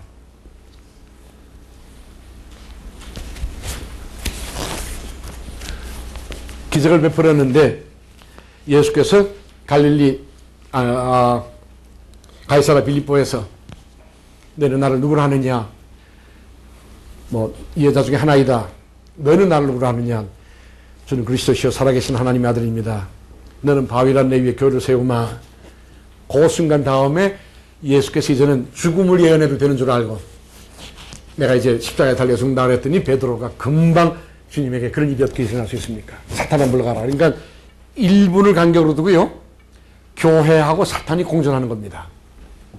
금방 교회가 됐다 사탄이 되는 거예요. 이것이 바로 교회 모습입니다. 교회는 사실은 거룩한 자만 있는 건 아니에요. 선택된 자와 이리, 야한과 이리가 다 같이 있는 거다. 이것은 유명한 어거스틴의 얘기인데, 어쨌든 제자들 사이에도 이제 이런 관계가 있었습니다. 그러다가 십자가에 돌아가시니까 제자들이 다 흩어졌죠. 제가 지난해 설명드린지 모르겠습니다만은 3년 동안 예수와 같이 계셨는데, 프레젠스예요. 예수와 함께 현존했는데 제자들이 예수를 못 본 겁니다. 3년 동안 같이 공생해서 기적을 보고 다 했는데 예수를 못 본 게 제자들이었다. 묘한 역설이죠. 제가 한번 말씀드렸을 거예요. 그렇죠? 오히려 십자가에 돌아가셨다가 부활하신 장면을 보고 미안합니다. 승천하고 난 다음에 떠나셔서 다시 오실 때까지 너희는 떡과 포도주를 나를 기념하라. 성령이 임하시면 두 가지 약속이에요. 성령이 임하시고 떡과 포도주를 먹고 마실 때마다 나를 기억해라. 안 계세요 지금 예수께서는. 그런데 재미있는 게 마가의 다락방에서 이 사람들이 모여서 기도할 적에 성령이 임하고 떡과 포도주를 먹고 마실 때마다 안 계신데 계신 거예요. 프레젠스였는데는 못 봤지만 absence요. 안 계신데 지금 계세요. 우리 예수를 본 일이 없죠. 누구나요. 사실은 안 계신 겁니다. 우리하고는. 그럼 우리가 왜 여기에 지금 모여 있는 건가? 불교나 미안한 얘기입니다. 타종교에서요. 이런 일반 자연 종교처럼 우리가 우주의 신이나 그냥 자연 중에 한 신을 만약에 믿는다면요. 뭐 가서 뭐 수양 잘하시고 뭐 그냥 도덕 잘 싸우시면 되는데 왜 우리가 지금 중요한 거냐? 역사성이요.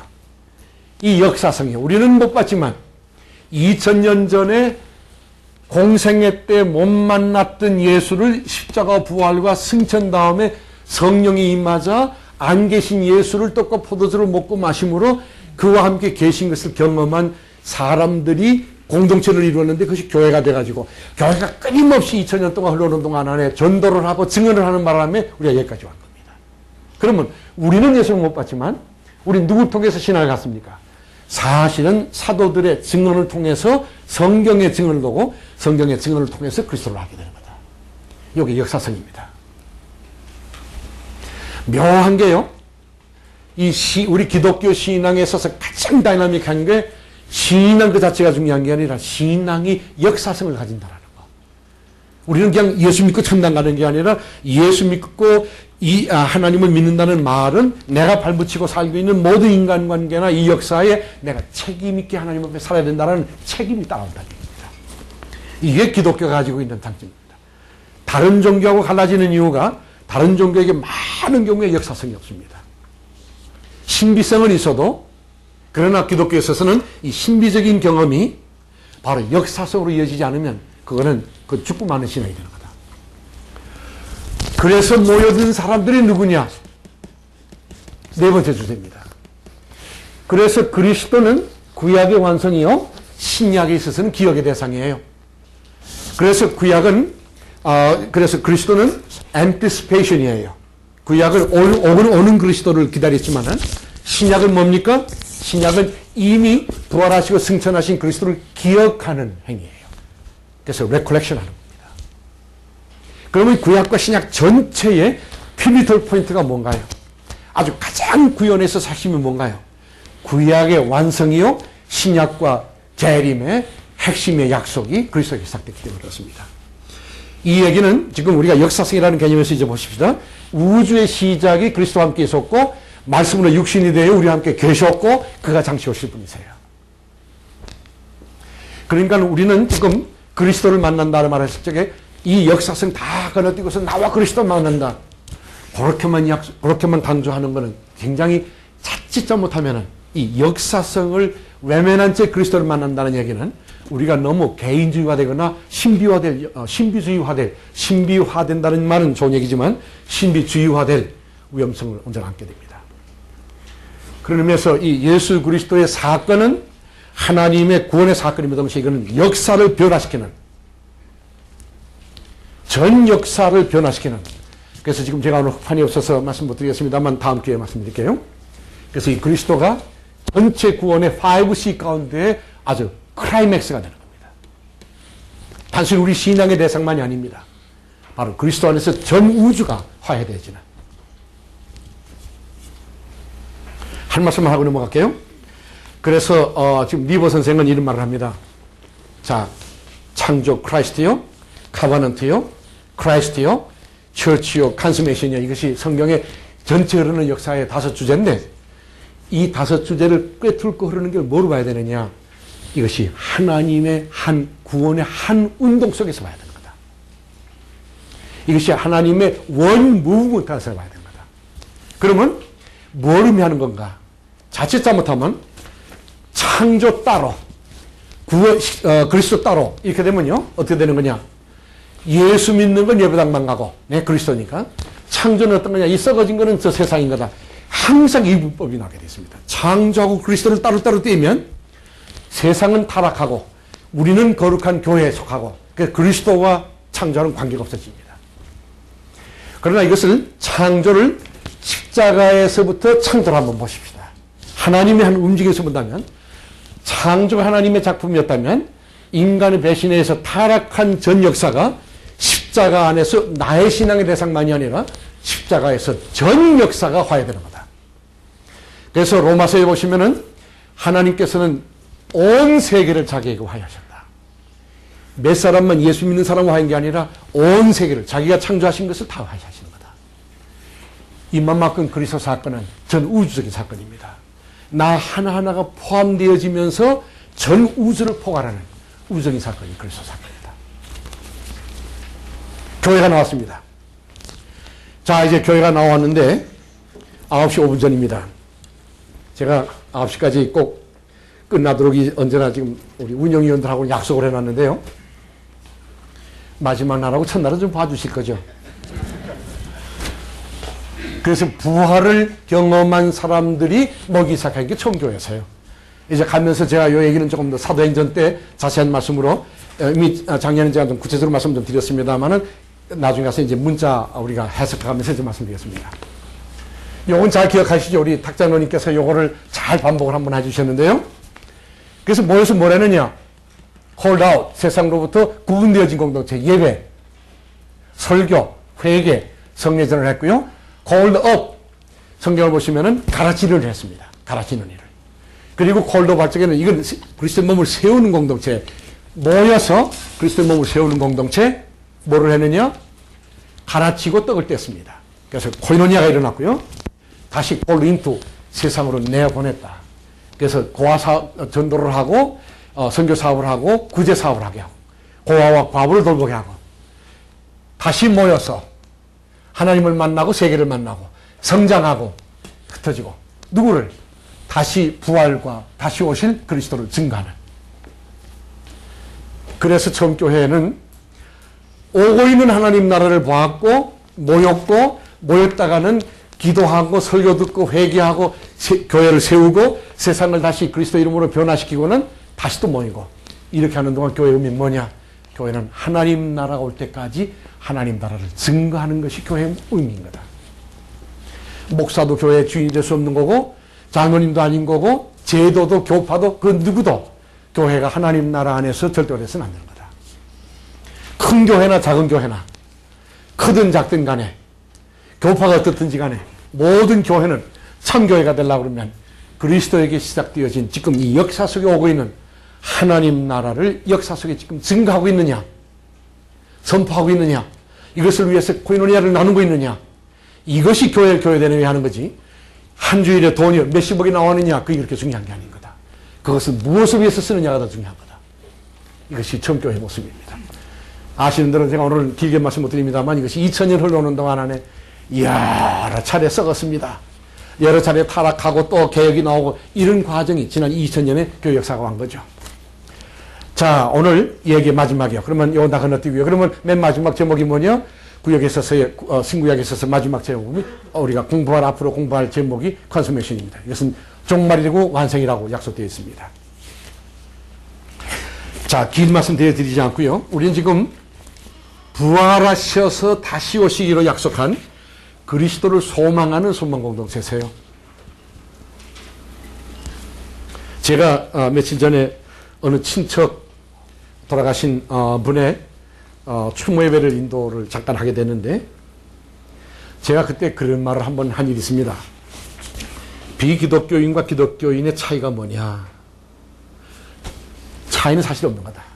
우리 똑같이 밥 먹어야 되고, 똑같이. 그 다음에 죄도 저범하는 거고, 똑같이 세상에서 경쟁해야 되고, 똑같은 거다. 기독교인이나 비기독교인은 겉으로 보기에는 똑같은, 다른 건 하나도 없다. 하나 차이가 있다면, 비기독교인은 죽음으로 모든 삶이 끝난다고 생각하는 거다. 그 때문에 세계관이나 인생관에 있어서 죽음과 함께 모든 게 끝나기 때문에 이 세상 사는 동안 안에 먹고 마시자. 이것이 되게 비기독교인들이 타는 거다. 그럼 기독교인들은 뭐가 다르냐? 우리도 먹고 마시되 우리 하나 다른 게 있는 거다. 우리는 사실 죽음까지도, 사함뿐 아니라 죽음까지도, 그리고 죽음 이후에 하나님께서 우리에게 약속하신 영원한 생명에 대한 소망, 이 소망을 가지고 있는 한은 똑같이 생활하지만 삶의 질에 있어서, 인생을 보는 질이나 세력을 보는 질에 있어서 이것이 다른 거다. 이것만이 다른 거다. 우리는 소망을 가진 사람들이다. 무슨 얘기입니까? 우리가 그리스도인이라고 뭐 지금 더 요새 뭐 기독교인들 많이 좀 얻어맞고 있는데요. 그 당연한 얘기입니다. 왜? 지난 교회가 한참 성장하던 70년대, 우리 한국교회가 지나치게 교회 성장만 강조했지, 세계를 향한 아픔을 나누는 선교 사업에 거의 7%에서 5%도 안 썼습니다. 전체 헌금 가운데. 그러니까 매스컴 눈에 비친 한국교회요. 이건 자기들이 헌금해서 자기들 비리하는 데만, 자기들만 인조하는 공동체지, 세상을 향해서는 립서비스만 하는 데다. 그래서 요새 와서 이게 되게 얻어맞습니다. 이건 미안한 얘기지만 여기 캐톨릭 분도 계시겠는데요. 요새 기독교 대표 그러시면 개신교 대표는 거의 안 나와요. 언제나 김수환 추기경이. 그래도 다행입니다. 뭘 말하는 건가? 캐톨릭에 비해서 개신교회가 지나치게 인출버릴, 너무 우리는 우리 안의 것만 치닫거리 하느라고 교회가 역사성이나 순례성이나 소망의 공동체로 역사된 책임을 우리가 외면했던 것이 한국교회가 지금 자성해야 될, 회개해야 될 문제라고 저는 생각합니다. 그러면 우리가 지금 소망 공동체라는 말은 이제 교회의 모습을 달리해야 되는 건데요. 그 소망이 뭐냐? 우리가 요한계시록은 다 미리 말씀 못 드리고요. 다음은 하나만 말씀드릴게요. 요한계시록은 당시에 그 엄청난 로마의 박해를 당하고 있던 특별히 그 일국교회, 지금의 터키 쪽이요. 요한계시록에 나오는 터키 쪽에 고난받는 사람 중에 한 장로가 반모섬에 가서 영감을 받아서 기록한 것이 요한계시록인데, 요한계시록의 모든 그 이상한 상징들은, 그거는 바로 밑바닥에 장로 요한이 자기의 동료 크리스천들의 고난을 신앙적으로 격려하기 위한 글이었기 때문에 직설적으로 모든 것을 쓰게 되면 고난이 더 심해질까봐 그것을 상징적으로 하면서 하나님 나라의 소망을 상징적으로 사용한 거다. 그러므로 요한계시록은 공중에서 띄운 얘기가 아니라 역사적으로 초대교회가 핍박을 받고 있던 역사적인 현실 속에 하나님 나라의 비전을 상징적인 언어로 위로주기 위해서 쓴 글이다. 그러므로 역사성이 있는 거다. 예를 들어서 바벨론이라고 계속 나오는 것은 당시에 로마를 말했던 거다. 이런 얘기입니다. 다만 중요한 것은 지금에 와서 우리가 종말을 어떻게 봐야 되느냐, 우리가 성경을 해석해 나갈 적에요. 쿰난 기억나시죠? 에세네파의 가장 극단적인 표현이었던, 예수님 당시까지도 있었던 바로 이 사해 근방에 아주 가파른 돌을 파고 들어간, 파진 않았겠죠. 자연스러운 동굴 속에 숨어서 죽어서 이 하나님 나라가 오기를 기다리고 있던 금욕주의자들, 그 사람들이 쿰난 공동체인데 대단한 종교 공동체였습니다. 근데 그 사람들의 신학이 뭐냐? 이 세상은 썩었으니 하나님의 나라가 예수님이 재림하면 천군 천사와 함께 이 세상에 날이 와서 이 세계의 모든 악한 세력들을 다 깨부시고, 그리고 이 세상을 완전히 멸망시킨 다음에 완전히 새 질서, 새 세계가 도래할 거다. 요 신학이 그럴싸하죠? 이것을 되게 묵시문학적 종말론이라 그럽니다. 요한계시록을 묵시문학적으로 해석할 수 있는 여지는 얼마든지 있습니다. 그러나 그것이 예수님이 말했던 하나님 나라와 같은 거냐? 지금 그렇지 않다는 얘기입니다. 그 사람들은 세상을 도피했죠? 역사를 부정했습니다. 아까 말씀드린 대로 군난들은 창조는 썩었으니 예수님이 재림하면 이 세상을 다 깡그리 무시한 채 새 예루살렘을 세우는 게 하나님 나라다. 그러나 예수께서 의미했던 하나님 나라는 죽음의 세력을 이기심으로 육적인 차원이 포함되어진 제3의 차원, 영적인 존재로 부활하심으로 승천하셨다가 다시 재림하실 적에 우리도 그의 철 열매를 따라서 다시 육적인 차원이 포함되어진 부활의 몸으로 부활할 때, 그거는 육은 썩고 영만이 부활하는 게 아니라 이 역사 전체가 하나님 나라화돼가는, 하나님 나라에서 역사 전체가 흡수되어지는 완성을 의미하는 거다. 그런 의미에서 천군천사 그 모든 상징은 상징일 수는 있어도 그것이 그러니까 물리적인 의미로 받아들이면은 요한계시록은 큰 오해를 낳을 수 있다는 얘기입니다. 여러분, 계룡산의 교수가 제일 많이 되는 경우가 요한계시록 해석에서도 나옵니다. 때문에 요한계시록은요, 상당히 조심스러운데 다만 중요한 것은 우리는 역사가 부정되어지지 않으면서, 왜? 이것이 하나님의 창조의 영역이기 때문에. 그러면서도 이것이 트랜스폼, 하나님의 나라에서 변화되어지는 그 약속. 그건 누구도 몰라요. 그건 그리스도께서 부활하신 몸처럼의 약속되어진 것. 그건 누구도 몰라요. 그리고 언제가 예수가 재림할 거냐, 예수님 자신도 모른다고 그러셨어요. 다만 다시 오시겠다라는 시간에 대한 약속만은 그건 하나님만이 아시는 거고, 그러면서 우리는 언제 오실지 모르는 재림에 대한 소망으로 우리는 오늘의 삶을 이 지상이 영원한 게 아니라 이 지상과 함께 영원한 나라가 합일되어지는, 그래서 때로 샤르덴 같은 신학자는 이것을 소위 오메가 포인트라고 그랬습니다. 역사와 하나님 나라가 만나는 시간이다. 모름지기 많은지도 모릅니다. 저도 요새는 신학적으로나 성서적으로 그것이 바른 해석이라고 좀 생각합니다. 묵시문학적이 아닌, 묵시문학, 그걸 옮기면 어떻게 하세요? 한참 찍고 있는데? 네, 나는 한참 찍고 있는데 뭐 없어졌어요. 예, 묵시문학적이 아닌, 그 얘기는 이원론적이 아닌 역사 완성의 종말론적인 의미. 그래서 이거는 가면서 제가 더 깊은 얘기는 조금 더 말씀을 좀 드리도록 하겠습니다. 오늘 한 학기 공부하신 분들은 되게 복습을 하신 거고요. 오늘 오신 분들은 다 이거 소화하신다 그러면은 다음부터 안 나오실 테니까요. 그 대신에 이렇게 흐름이 5주제로 진행이 된다라는 일종의 오리엔테이션을 오늘 말씀을 드렸고요. 이제부터 과제를 말씀드리겠습니다. 다음 시간에, 다음 화요일날이요, 창세기 1장과 2장입니다. 꼭 읽고 오시고요. 창세기 1장과 2장. 그리고 오늘 요 성경, 요 TBC 성서연구라고 하는 교재를 저기 테이블에다가 준비해 놨으니까요. 요거는 저희들이 무료로 못 드려서 죄송합니다. 그러니까 구입 못하신 모양 그냥 구입하시고요. 제가 이런 것도 가져왔고요. 또 다른 하나? 좀. 똑같은 책을 너무 무거워서 이렇게 잘라가지고 바인더로 만드는 게 있습니다. 그러면 여러분이 그 해당되는 과만 뜯어서 가져오시는데요. 요거 잊어버리시면 요 책 하나가 다 망가지세요. 요거 하나 잊어버리시면. 그러니까 아주 조심해서 가져다니는데, 요거는 이렇게 바인더로 해서 요거 뜯어서 가져오시는데, 다음 시간에는 창세기 1장과 2장 본문을 먼저 반드시 읽으신 다음에, 그 다음에 요거 1과는 건너뛰으십시오. 오늘 거의 제가 설명을 드렸기 때문에 구약은 1과는 건너뛰으시고 2과가 됩니다. 2과 하나님의 천지 창조, 그러니까 순서가 있습니다. 유혹을 받으시기를 요거부터 먼저 읽으시려고 그럴 거예요. 요거부터 먼저 읽지 마시고요. 좀 괴로우시지만은 제목하고 요 본문만 보세요. 요걸 보실 적에는 제목하고 본문만 보시고 덮어 놓으셨다가 성경 본문을 먼저 반드시 읽으시고 여기서 은혜를 받으신 다음에 그 다음에 요걸 꼭 한번 읽으세요. 그리고 필요한 걸 있으시면 여기다가 언더라인을 해오셔도 좋습니다. 하나 아쉬운 게 제가 질문 시간을 많이 못 드리는데요. 지금 내일부터는, 다음 주부터는요, 한 10분가량 혹시 질문 토의할 수 있는 시간이 좀 주어지면 좋겠다는 생각에서 혹시 여러분이 언더라인 하셨다가 뭐 질문, 제가 성서 신학자는 아닌 거는 여러분 제가 밝힌 바 있죠? 제가 모르는 건 모른다고 제가 말씀드리겠습니다.